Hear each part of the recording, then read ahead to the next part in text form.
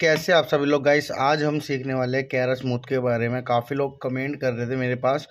Guys मैंने इसके ऊपर प्रॉपर वीडियो डेडिकेट बनाई हुई है, लेकिन उस वीडियो में कुछ कॉन्सेप्ट थे जो हमारे क्लियर नहीं हो पाए थे। और वो कॉन्सेप्ट हमारे गाइस मेरे पे कमेंट आई थी, उसमें पूछ रहे थे कि गाइस जब वो लोग कैरा स्मूथ करते हैं, ठीक है, जब वो कैरा स्मूथ करते तो आप सभी को पता है, पहले मैं आपको बता दूं कैरा स्मूथ क्या होता है। गाइस कैरा स्मूथ होता है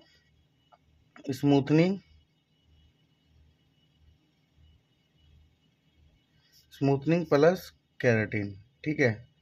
अब इसको लोग ना दो तरीके के प्रोसेस से करते हैं, ठीक है। पहले तो ये देखो स्मूथनिंग की वो फर्स्ट क्रीम लगाते हैं, ठीक है, उसको बॉन्ड ब्रेक करके, बॉन्ड ब्रेक करने के बाद फिर उसका ब्लो ड्रायर हो गया, ठीक है।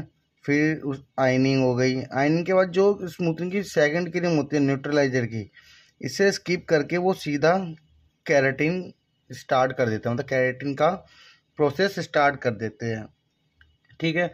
दूसरा तरीका क्या हो गया कि वो जब वो पहला बॉन्ड ब्रेक करते हैं, ठीक है, बॉन्ड ब्रेक के बाद दूसरा वो ब्लो ड्राई करते हैं, फिर वो आयनिंग करते हैं, फिर वो न्यूट्रलाइजर भी लगाते हैं। न्यूट्रलाइजर, अब स्मूथनिंग न्यूट्रलाइजर लगाने के बाद जब उसका वॉश करते हैं, ठीक है, यहाँ पे न्यूट्रलाइजर लगाया, यहाँ ध्यान रखना, यहाँ न्यूट्रलाइजर लगाया यानी कि पूरा जो प्रोसेस था ना कम्प्लीटली स्मूथनिंग वाला कर दिया।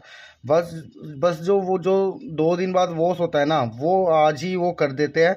और शैम्पू करके, क्लैरिफाइंग शैम्पू जो हमारा क्यूटिकल्स ओपन करता है अच्छे से, केराटिन वाला शैम्पू वो लगा देते हैं और देन फिर केराटिन स्टार्ट कर देते हैं।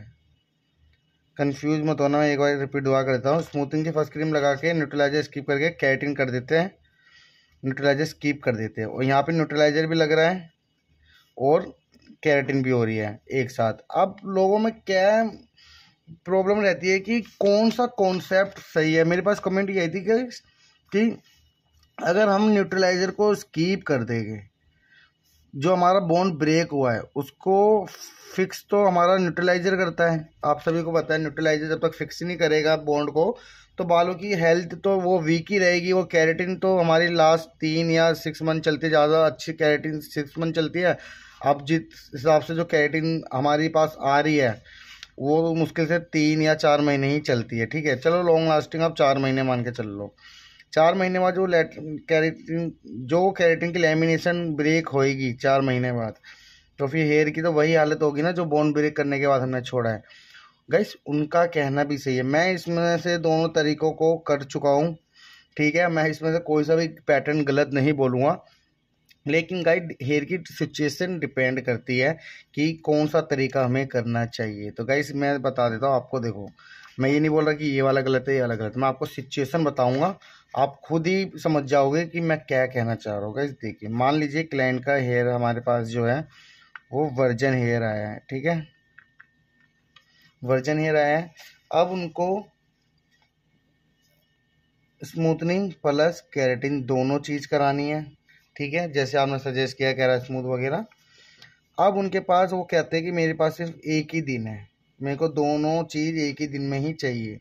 अब आप चाहे इन वर्जन एयर है, कोई दिक्कत नहीं होगी अगर आप स्मूथनिंग करके उनको 2 दिन बाद बुला के केराटिन कर देंगे, लेकिन उन पर इतना टाइम है नहीं। तो आप इनके बालों पे क्या कर सकते हो, पहले आप प्रॉपर स्मूथनिंग का प्रोसेस स्टार्ट करोगे, ये वाला बॉन्ड ब्रेक करोगे, ब्लो ड्राई करोगे, आइनिंग करोगे, न्यूट्रलाइजर भी लगाओगे, और साथ जैसे इस न्यूट्रलाइजर की टाइमिंग खत्म होती है शैम्पू करके एक केराटिन की एप्लीकेशन कर दो, मतलब केराटिन स्टार्ट कर दो। केराटिन की एप्लीकेशन के बाद फिर वही केराटिन का प्रोसेस स्टार्ट हो जाएगा, फिर ब्लो ड्रायर होगा, फिर आइनिंग होगी, फिर लास्ट में जो आपका है वो वॉश हो जाएगा। सेम डे पे कर सकते हो, कोई दिक्कत वाली बात नहीं है। क्लाइंट कहती है कि मैं कहीं जा रही हूँ, तो मतलब उधर कहीं सैलून होगा वो वहाँ भी करा सकते हैं, सेम डे पे भी अगर करना हो तो आप सेम डे पे भी कर सकते हो। तो वैसे तो सेम डे पे ना करो तो ही बढ़िया है, क्योंकि अच्छा रिजल्ट रहता है। केराटिन थोड़ी देर बालों पे जितनी देर रखोगे तो उतना ही आपके लिए बेनिफिट है, ठीक है। अब इनके बालों पे आप ये वाला कर सकते हो, smoothening plus keratin same day पे कर सकते हो। इनके बालों पे क्या अप्लाई हुआ, न्यूट्रलाइजर इनके बालों पे अप्लाई हुआ है। अब मैं आपको ऐसी सिचुएशन बताता हूँ, मान लीजिए कोई क्लाइंट आई है, उनके बालों पे काफ़ी ज़्यादा किसी चीज़ की कास्टिंग की कोटिंग थी, या बाल पहले से थोड़े बहुत जो थे वो हाईलाइटेड हेयर थे, ठीक है, या फिर बालों में बिल्कुल भी स्ट्रेंथ नहीं थी, बालों में स्ट्रेंथ नहीं थी। आपने क्या करा, टेक्सचर तो चेक करा था, लेकिन कभी कभार अक्सर क्या होता है कि ऐसा नहीं कि मतलब ये सिर्फ बिगिनर से गलती होती है, ये गलती किसी के साथ भी हो सकती है। कभी कभार होता है कि क्लाइंट के बाल पहले से प्री लाइट वाले होते हैं, हाईलाइट होती है, वो उसके ऊपर ना 4 नंबर या 5 नंबर करवा लेते हैं, तो हमें थोड़ा सा फील करने में मुश्किल पड़ जाता है कि इसके अंदर प्री लाइट है या नहीं है। मतलब जितना आपका एक्सपीरियंस होगा, अच्छा वो तो आप समझ जाओगे। कभी कभार हमें दिक्कत हो जाती है, सैलून में भी रस होता है तो नहीं कर पाते अच्छे से हेयर को एनालाइज, या किसी भी तरीके से आपने मिस्टेकली आपने कर दिया, आपने स्मूथनिंग क्रीम लगाई, बॉन्ड ब्रेक करा, ठीक है, आपको लगा कि बाल ना, बॉन्ड तो ब्रेक आपका हो चुका है, बाल कहीं ना सेंसिटाइज हो गया है। सेंसिटाइज मतलब समझ रहे हो, बाल ना वीक हो गया है, ठीक है, बाल जो है वो वीक हो गया, आपको बॉन्ड ब्रेक होने के बाद पता चला, और आपको लगता है कि हाँ भाई अब मैं इनके बालों पर ब्लो ड्रायर प्लस आयनिंग करने के बाद न्यूट्रलाइजर लगाऊंगा। ध्यान से समझना, न्यूट्रलाइजर लगाऊंगा जिसमें जो कि सबसे ज़्यादा हीट होती है न्यूट्रलाइजर में। न्यूट्रलाइजर लगाऊंगा तो बाल जो है इनका वो या तो श्रिंक हो जाएगा, ठीक है, या बाल काफ़ी ज़्यादा ड्राई हो जाएगा, या बाल बर्न हो जाएगा। दोनों में, तीनों में काफ़ी ज़्यादा अंतर है। श्रिंक, बाल हल्का सा श्रिंक हो जाता है, उसमें ड्राइनेस अपना आप ही आ जाती है। बाल बर्न होना, बाल बर्न हो गया मतलब बाल निकल रहा है बार बार, जैसे ही लगाया आपने क्रीम बीच में टूट के निकल गया, वो बर्न हो गया। श्रिंक होता है वो सेमी बर्न होता है, वो बर्न होने की तादाद में प्रॉपर आ ही जाता है, बस थोड़ा वो रखोगे वो बर्न हो जाएगा। अब यहाँ पे गाइस क्या करते हैं, देखो अब ये वाला प्रोसेस हमारा होगा। अब आप बताना कि हमने चलो बॉन्ड ब्रेक कर दिया, अब क्लाइंट को हम बॉन्ड ब्रेक करके तो छोड़ नहीं सकते ना, और न्यूट्रलाइजर भी नहीं लगा सकते, तो पूरा प्रोसेस कंप्लीटली करने के लिए आपको कुछ तो करना पड़ेगा गाइस।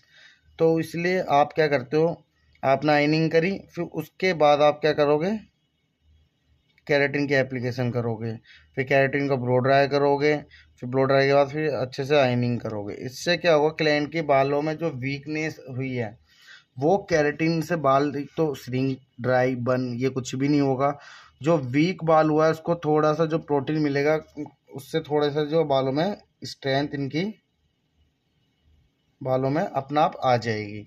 आप गाइस क्या करते हैं, अब जैसे क्या ये केराटिन 4 महीने चलती है, माना कि केराटिन की आर्टिफिशियल लेयर ब्रेक होगी, हेयर उस पैटर्न पे आ जाएगा, लेकिन उस हेयर पे हम और मतलब बाद में कोई ट्रीटमेंट कर सकते हैं, जैसे कि लाइक दिस नैनोप्लास्टिया,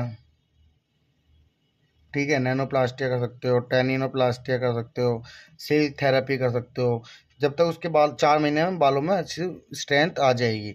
तो यहाँ पे आपने न्यूट्रलाइजर स्किप करके कोई गलत तो नहीं किया ना, आपने न्यूट्रलाइजर स्किप करके हेयर को बचाया है। तो आप समझ गए होगे, मैं खुद नहीं बोलूँगा कि दोनों प्रोसेस में से सही गलत कौन सा है, पर आप खुद समझ गए होगे कि दोनों प्रोसेस अपनी अपनी जगह बहुत ठीक है, बस वो डिपेंड करता है कि कौन सी सिचुएशन पे आप कौन सा स्टेप को फॉलो कर रहे हो। अब आपको कमेंट में गाइस आपको बताना है कि दोनों प्रोसेस में से या तो दोनों सही है, या फिर इनमें से कौन सा एक सही है, या फिर डिपेंड करता है सिचुएशन पे गाइस। बस इतना मैंने आपको समझा दिया है कैरा स्मूथ के बारे में। काफ़ी ज़्यादा लोगों को डाउट रहता है कि ये न्यूट्रलाइजर स्किप कर दिया, ये कंट्रोवर्सी, बहुत ज़्यादा कंट्रोवर्शियल टॉपिक रहता है कि नहीं न्यूट्रलाइजर लगाना चाहिए। अब भाई सिचुएशन भी तो डिपेंड होनी चाहिए ना वो न्यूट्रलाइजर लगाने वाली, ठीक है गाइस। आई होप गाइस आपको अच्छे से वीडियो समझ आ गई होगी गाइस। मिलते हैं अगली नेक्स्ट वीडियो में, टेक केयर, बाय बाय।